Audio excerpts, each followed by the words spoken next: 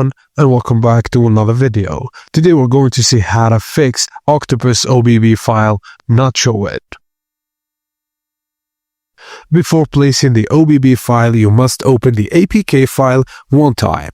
This is important because the game needs to automatically create the correct OBB folder. Install the game APK, and once the game is done, install and open it. Once it will show the download data or error, that's fine. Close the game completely. Now the correct OBB folder structure is created.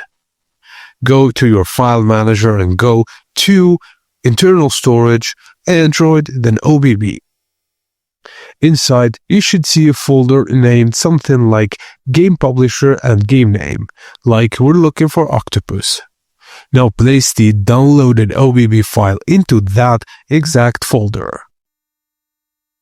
This is where most people mess up. If the APK is installed in internal storage, then the OBB must also be in storage, not SD card. If not, the game will not detect the OBB.